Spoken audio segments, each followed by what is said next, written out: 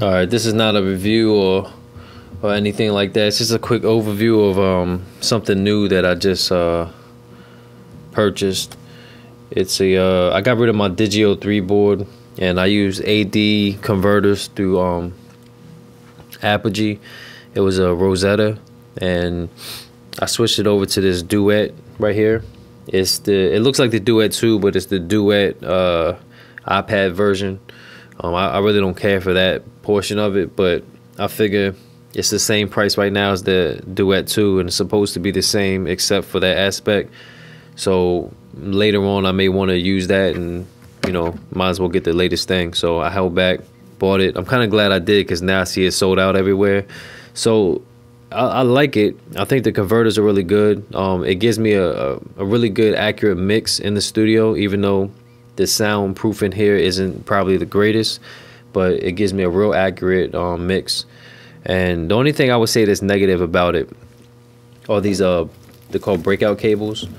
If you can see it right here, there's just a whole bunch of them that dangle, and you basically plug in your inputs and outputs and whatever to it. It's not bad, but I got it for the fact of being portable and small space and stuff like that. But when you got them dangling cords everywhere, it's not that big of a deal, but kind of defeats the purpose of having a real neat and tidy space, especially if you don't have a lot of room to work with. Mine's at my office there, so I have a little bit of room, but I still don't like the cluttery mess. Let me just show you. Hold on, let me just move this camera up a little bit. If you look back there, all those cables, all right here, that's a whole bunch of mess. So that's basically from the Breakout cables.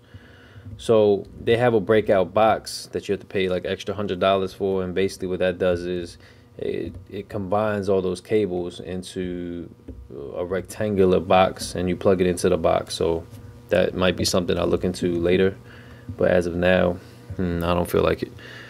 Other than that, I would say the only other negative is the headphone is right here. The headphone amp is really weak. I have to actually bump this almost all the way to the max to get something that seems, I wouldn't call it listenable, but to my liking.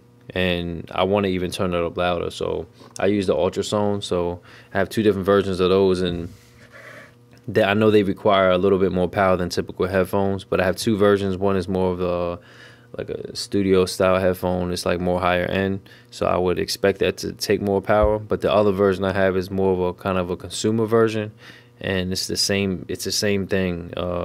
It really can't push those to the way I would like it to.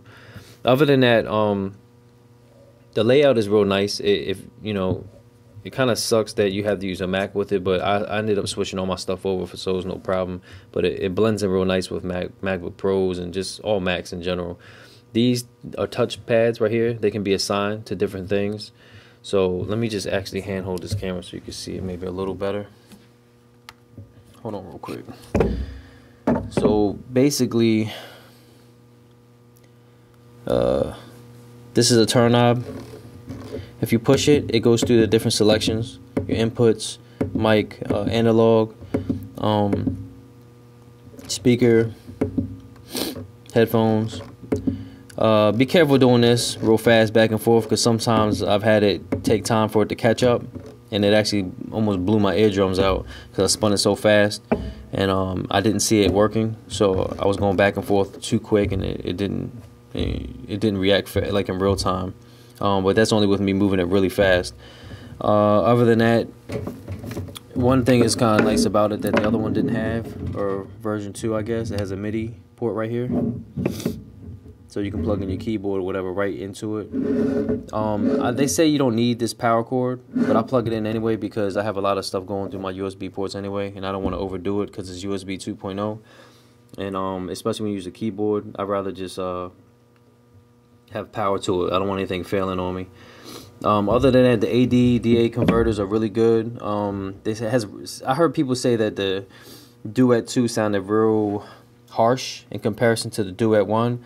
I never heard the Duet 2, so I don't know, but I know this particular one, I think it sounds kind of more warm and full sounding, if anything, real bassy like. But like I said, the mixes are accurate, and I think it's really good. I'm happy with my purchase. I actually think between switching this and my Digio 3 board and my AD converter, I'm probably getting at least the same quality with this, and I save triple the money. And if anything, it's the same quality or it may be better. And I even got rid of I even added an extra microphone to the arsenal, and it's a much cheaper version of my U87. And you know, it got mixed reviews, but I actually like that as well, and I'll show that in another video. And but I actually like this, really cool. You can assign these, like I said, this right now the factory standard is meters cleared and mute right here. And on your Mac, when you do it, this is all going to show up on the Mac screen, even when you turn in the volume as well. And I actually have mine hooked to this Ultrasones right here. And the way you have to do it is when you plug it in from here into here, you basically have to have this volume all the way up at max and then control it from here. So it's something you have to kind of figure out real quick. It's not that big of a deal though. But anybody have any questions, just let me know, and I'll be happy to answer it. And other than that, I think it's a good device. I think it's worth buying. I think it was like $600 or $700, and then the extra $100 for the Breakout box, which I'm gonna end up getting because I'm gonna leave the Breakout box in the office and leave these cables at home. So if I ever decide to take it home and work on stuff, that's cool. So that's one reason why I got it. So at least for the mixing or engineering portion of it, I can just take it home and get the same quality as I do in my office on my MacBook Pro. And I switched over to Pro Tools 10 also, and now they just announced Pro Tools 11, which is kind of crazy. But I really like that as well, because I came from 7 and Pro Tools 8. I had that, but I never really used it. I just stuck with 7.4. So if anybody has any questions about it or whatever, just shoot me a message. And yeah, it's a good deal, and I recommend getting it, especially from a digi board or rack, or especially an M box. So the converters are much better. All right.